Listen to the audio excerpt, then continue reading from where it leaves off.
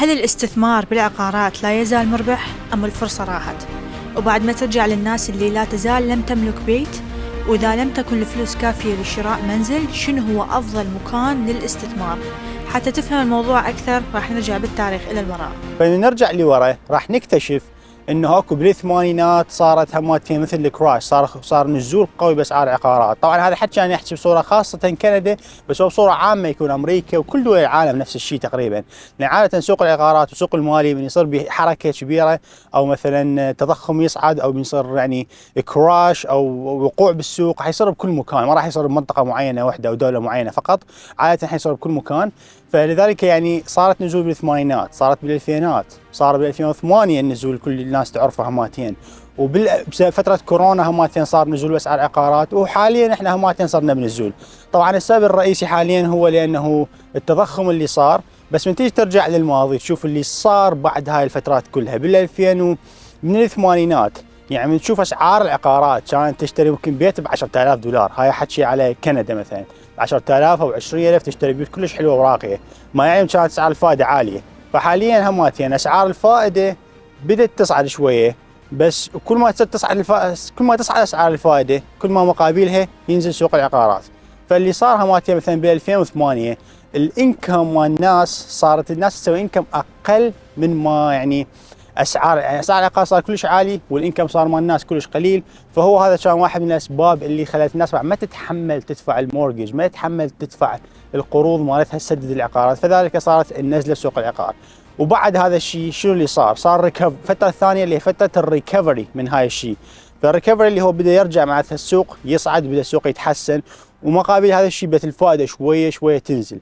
فالناس كانت كلها فرحانه، كلها تشتري عقارات، البلدرز يبنون. ليش؟ لان الاسعار صارت رخيصه، الاتجاه الماركت كان للطريق اتجاه الاحسن، بدا اتجاه الصعود اللي جاي. مع العلم ما نزل ذاك النزول العملاق الناس تتخيله، يعني نزل نزول منطقي بس مو الى درجه كلش صار كراش. فدائما هي وهذا اللي دا يصير، لان الناس قاعد تجي هوايه تعيش، فكل ما دا يصير نزول يرجع قباله يصير صعود. فالفتره اللي فاتت كانت الناس يعني اي شخص يشتري بيت يربح، ممكن تشتري اليوم بعد شهر تبيعه او شهرين تربح. فالناس كلها سعيده، كلها تشتري كلها تبيع.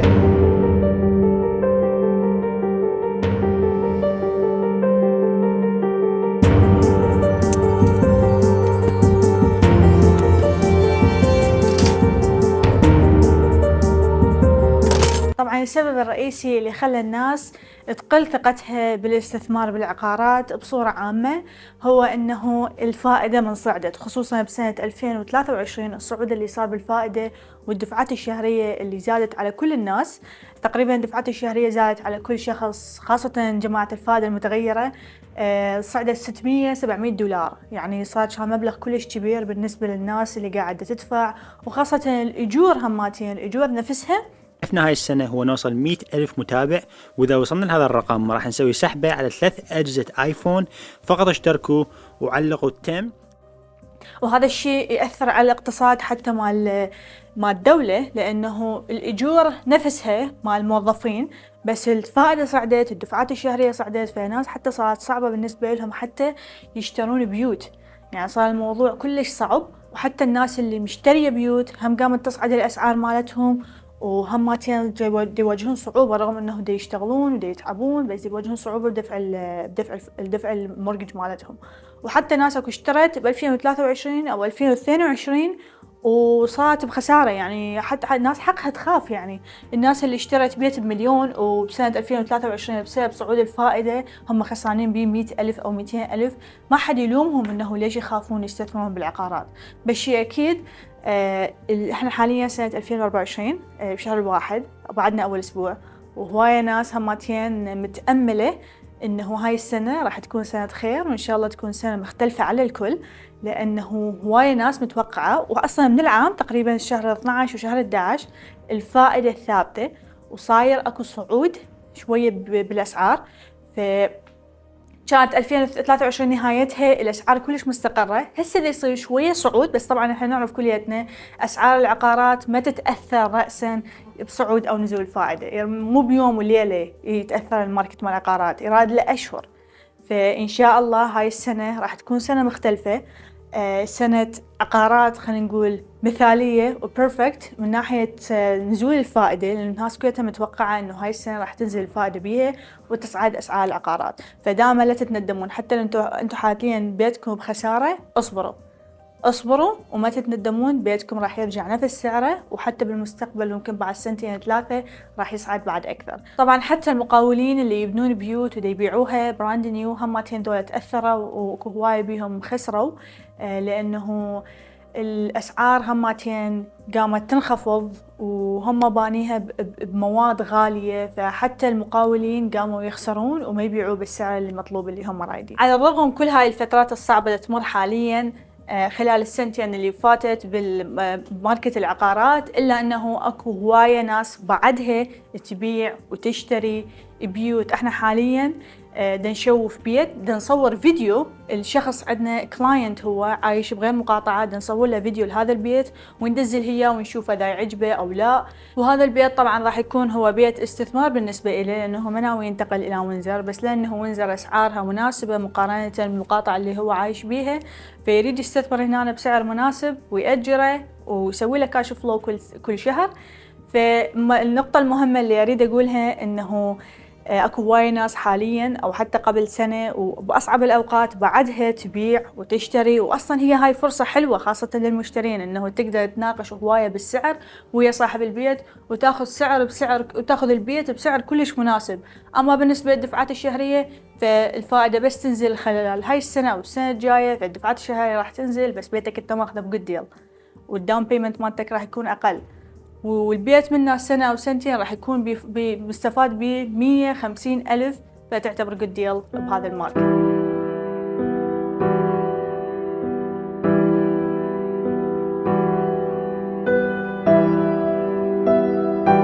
طبعا هاي اللحظات مال الصعود والنزول اللي يصير بسوق العقارات احنا عشناها كليتها. يعني اكو ناس نعرفهم اشتروا بيت، طبعا فترة 2000 بعد 2008 من 2010 وفوق الناس اغلبها قامت تشتري بيوت كمية كبيرة بسبب نزول اسعار العقارات، وهواي ناس العقلية استثمارية يقول لك انه هسه نزل السوق وراها راح يرجع يصعد على الاغلب.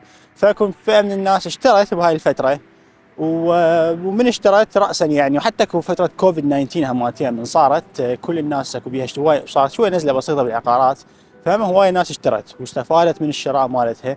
فاكو عائلة نعرفها احنا اشترت بيت بذيك الفترة اللي كان يسواله بذيك الفترة مثلا 200,000 او 250، هسه ممكن حاليا يوصل اسعاره ل 700 او 800,000 دولار. فيعني هاي ارقام هي كلش كبيرة، اكثر حتى من الضعف من ناحية الاسعار. فاكو ناس نعرفها اشترت ذيك الفترة ولا تزال لحد الآن مستمرة ومحافظة على نفس البيت اللي هو هسه حاليا يسوى أكثر من ضعف، بس بنفس الوقت يقول لك احنا ما نبيع لأنه احنا هذا بيتنا هذا استثمارنا فما نخاف من عده يعني.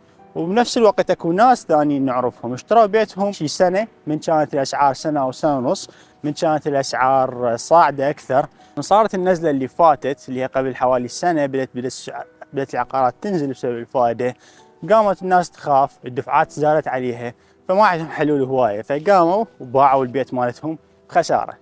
طبعا هذا الشيء هو احنا ما ننصح به نهائيا. واحد عنده هواي اوبشنز قبل ما يبيع البيت مالته، ممكن انه تقرر تاجره، ممكن يعني تقسمه يونتات اكثر من يونت وتاجره، او حتى لو تكون تخسر بس لا تبيع البيت هيك بخساره حرامات اذا ما عندك هدف ثاني تحط الفلوس بيه وتستثمر الفلوس مالتك.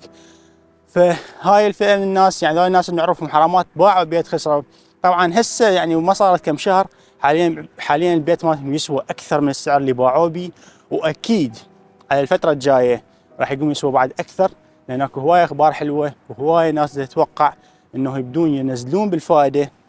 ومثل ما حكينا بالفيديو نزول الفائده هو يساوي صعود اسعار العقارات، لانه من تنزل الدفعات معناته ينزل التكلفه للناس، فالناس تقدر تصرف اكثر من الانكم مالتها على اسعار العقارات وعلى البيوت وعلى الدفعات الشهريه، فهذا الشيء يسبب صعود وسع العقارات، تخلي الناس تشتري بيوت اكثر، كميه البيوت اسرع اللي يشتروها الناس، فيزيد الطلب كالعاده، لانه الطلب بكندا اصلا فالشيء هذا ما ينتهي على البيوت بسبب كميه المهاجرين الجدد وكميه الناس بصوره عامه اللي تجي تبقى عايشه كندا.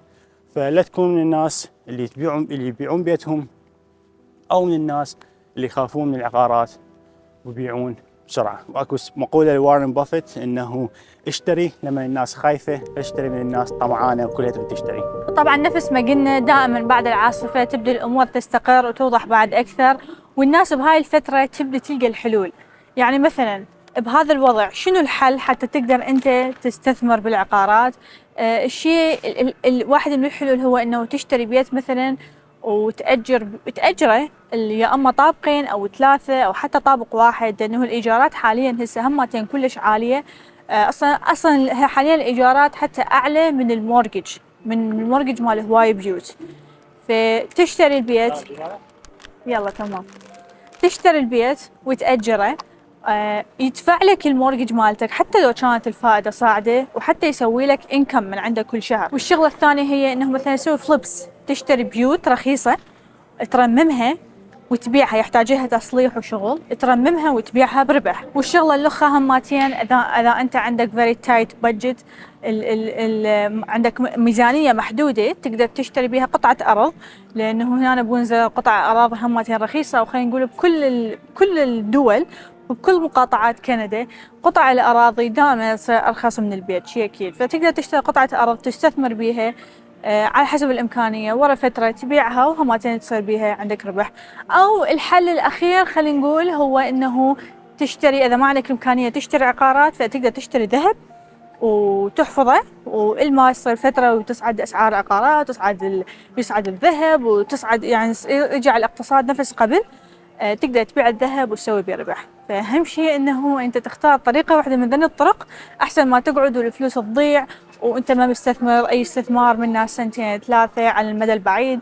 يكون عندك فد شيء استثمار انت ضامه الك وبالمستقبل يسوي لك ارباح.